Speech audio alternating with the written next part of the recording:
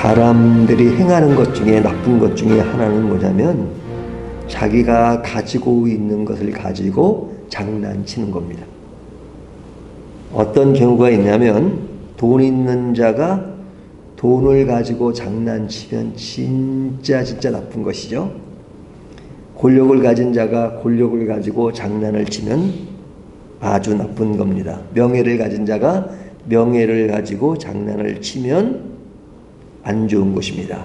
장난이 아니라 그 주어진 것들을 소중하게 생각하고 그것들을 진솔하고 진실하게 사용하는 것이 맞는데 사람들은 자기가 가진 것을 가지고 장난을 칩니다. 오늘 본문에 나오는 바리새인들의 이야기가 있는데요. 2절을 보면 바리새인들이 예수께 나와 그를 시험하여 묻되 그러죠. 여기 예수님께 질문하는 것은 좋은 것이죠. 하지만 어떻게 질문을 해요? 시험하여 묻되. 그러니까 예수님에게 진솔하게 배우고 듣고 나누려고 하는 것이 아닙니다. 예수님을 시험해서 공경에 빠지게 하려고 하는 그들의 생각이 먼저 자리 잡고 있는 것이죠. 이 바리새인들은 율법을 잘 아는 자들이죠. 그러니까 율법을 잘 아는 자이기 때문에 그 율법을 가지고 지금 장난을 치는 겁니다. 뭐 잘 아는 것이 죄는 아니죠. 또 율법 그 자체가 문제가 아닙니다. 하지만 율법을 잘 아는 사람이 그 율법의 목적과 의도를 외면하고 장난을 치는 것, 그것이 문제라는 것이죠.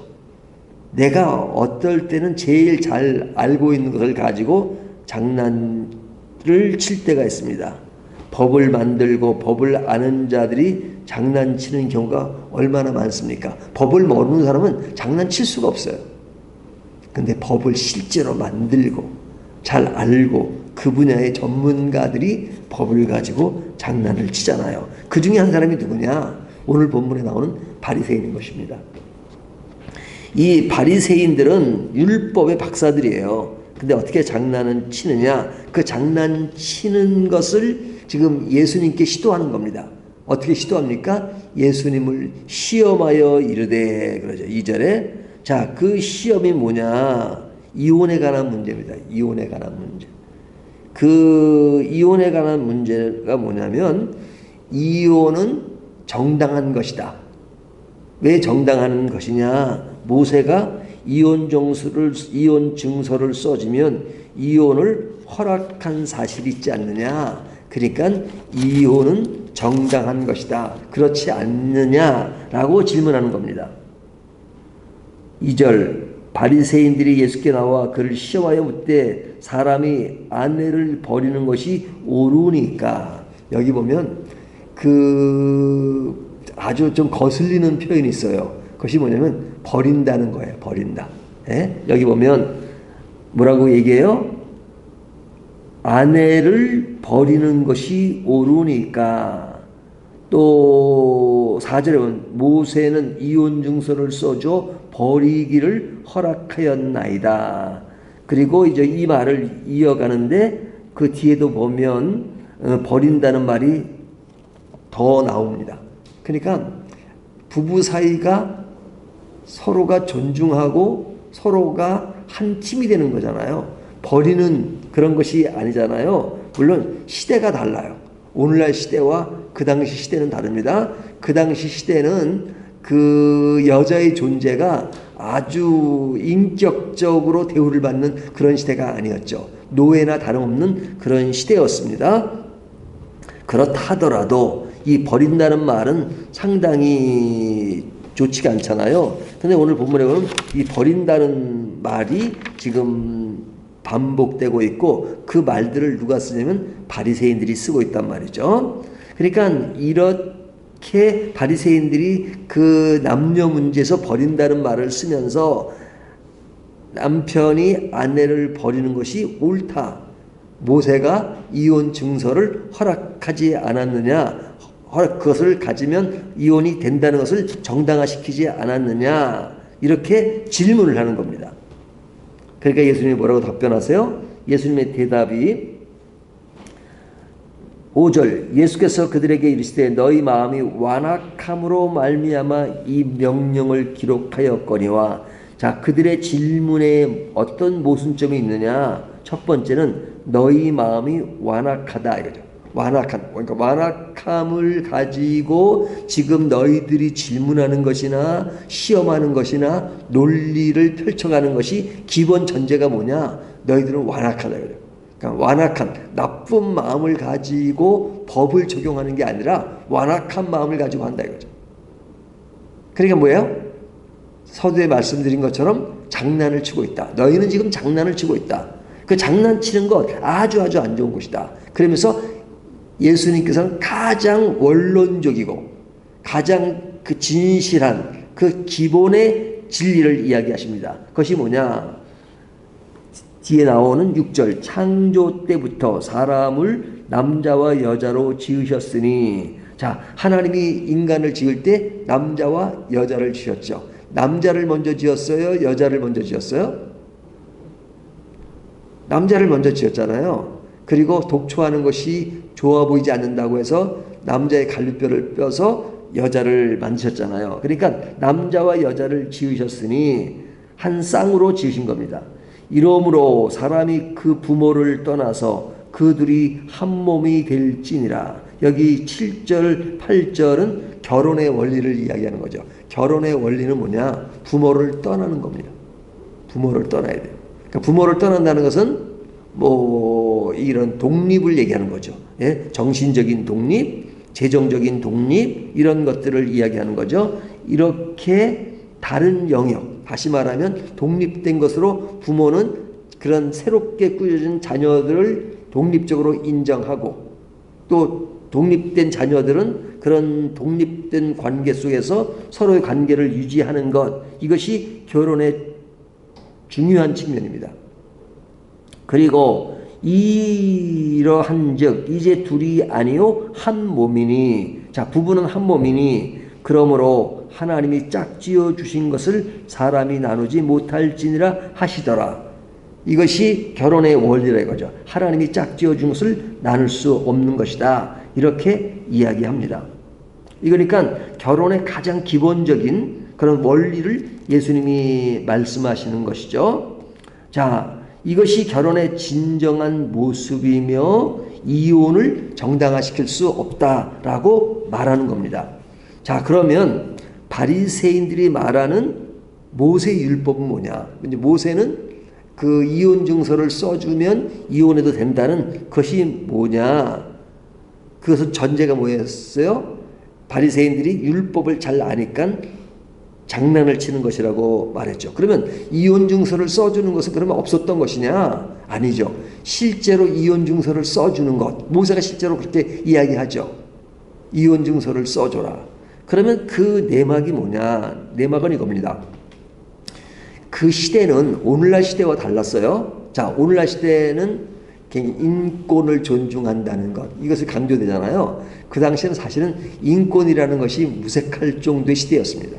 여자라는 존재는 인간으로 취급을 받지 못하던 시대예요. 거의 노예 수준이에요. 그래서 한 남자가 여러 여자를 아내로 삼았잖아요. 본처가 있음에도 불구하고 자기 종 가운데 마음에 들면 또 아내로 삼고 그러던 시대였단 말이죠. 그러니까 여자라는 존재는 남자 없이는 못 사는 시대였어요. 그러니까 남자의 보호가 되는 겁니다. 결혼을 했다는 것은 그 남자의 보호를 받고 있는 겁니다.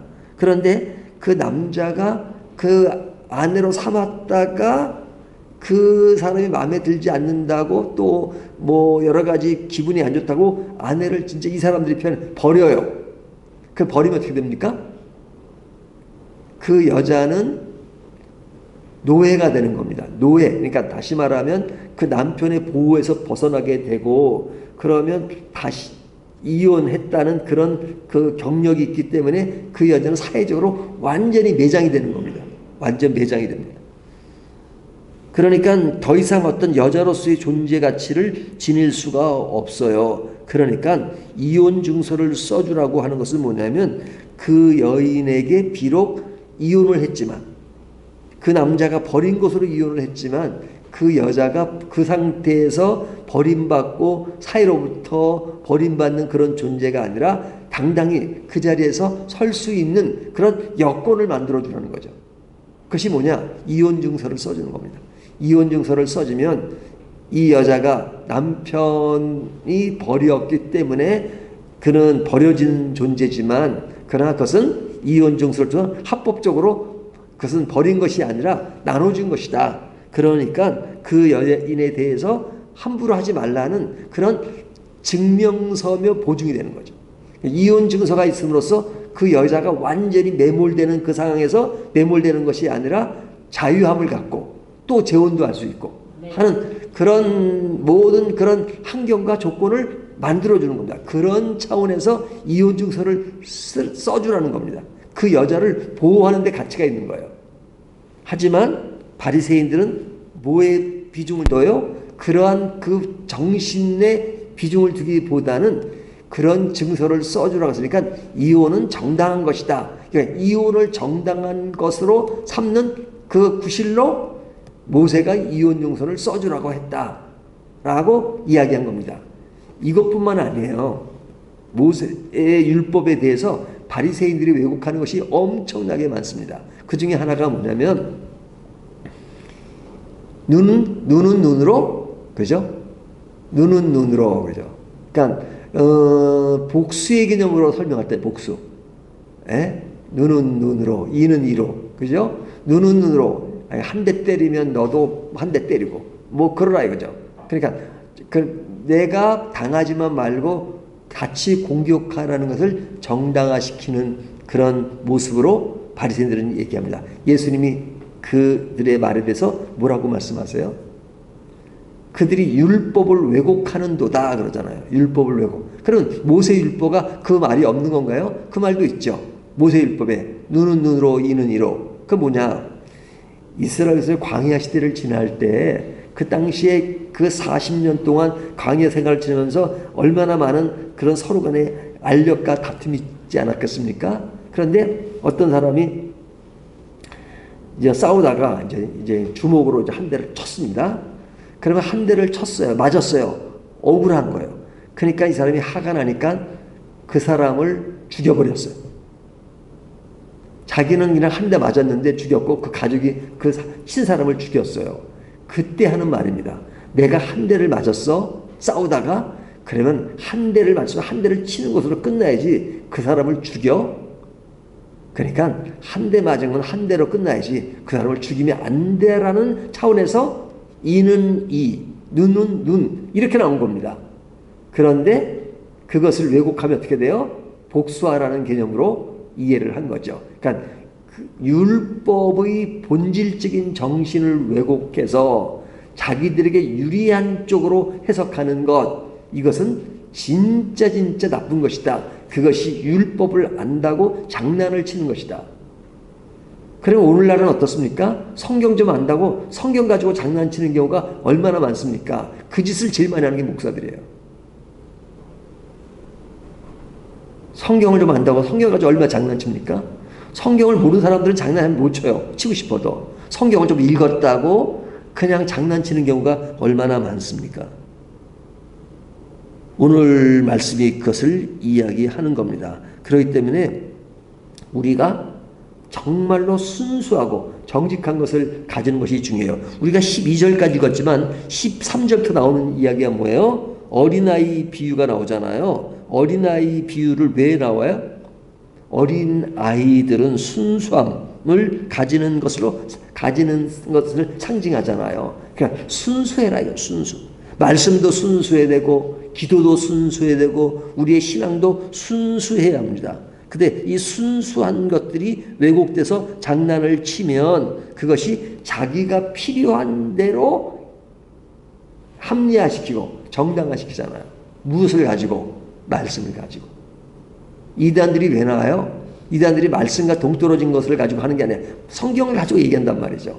하지만 그것을 장난치는 거잖아요. 장난치다 보니까 이단이 나오고 왜곡된 것이 나온 것이죠. 그런데 어린아이의 비유를 통해서 하나님의 말씀, 율법 이런 것들은 순수해야 된다.